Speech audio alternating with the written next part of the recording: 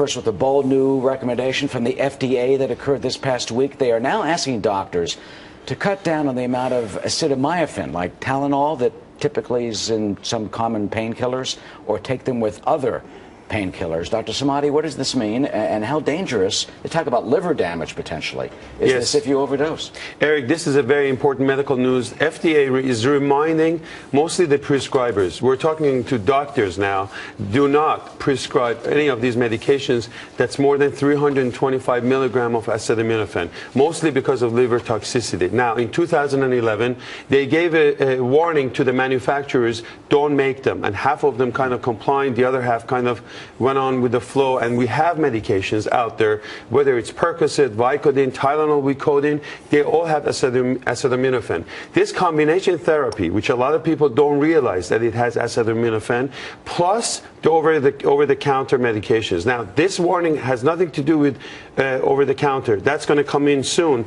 But people have headaches, they have body aches, they have flus, so they may be taking some of this Percocet. In addition, they may take Tylenol. That additive amount of acetaminophen that you're going to get causes liver toxicity, which has led to about 22,000 visits to the ER, 150 deaths, and this is NIH causes one of the biggest toxicity out there that results to liver failure and liver damage and etc., even death. Now, what I want people to know is that if you get your prescription, not only look for acetaminophen, but look for terms such as APAP.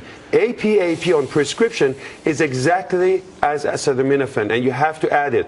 Obviously, 4 grams a day is extremely toxic, so we want you to read the labels. Don't mix alcohol. That's a bad news. If you mix alcohol with this, tremendous pressure on the liver. Mark, you get the prescription from the pharmacy. It's got that little bottle. It doesn't have all the ingredients on it. How do you know that you can trust your doctor that they're not overdosing on the acetaminophen? This is why exactly, Eric, that the FDA is getting really strict on this, because as David mentioned, that back in 2011, they gave a warning already, and the manufacturers, only half of them complied. Doctors are not always on the ball with this. They're filling the prescription thinking, I'm giving out Percocet, I'm giving out Vicodin, I'm giving out Tylenol and codeine, but the key thing here, or one of the key things, is that there's a lot of acetaminophen in these pills. Now, if you're getting more than 325 milligram per pill, that's right, one tablet. That's one tablet.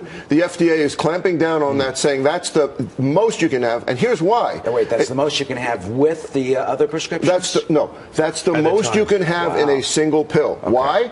Because look, if you're drinking alcohol, it decreases the amount of acetaminophen to cause liver failure. If you're getting it from your cold medication, as David mentioned, that doubles it.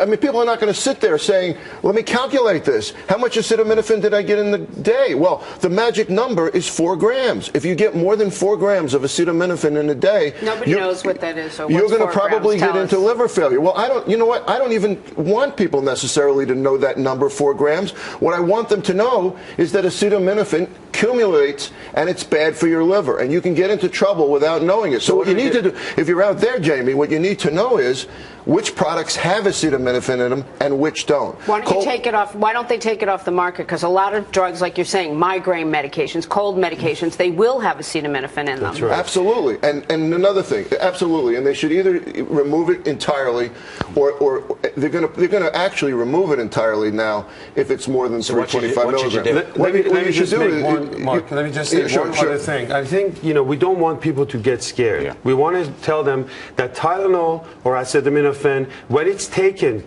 by the guidelines, it's fairly safe. You get into trouble, as Jamie made. If you take extra strength Tylenol, 500, you take 2 of them, you go out at night and you start drinking, then you have a sinus headache, you take some NyQuil, followed by Percocet. I think that's what you're trying to do, is that if the whole accumulation and additive amount can become toxic.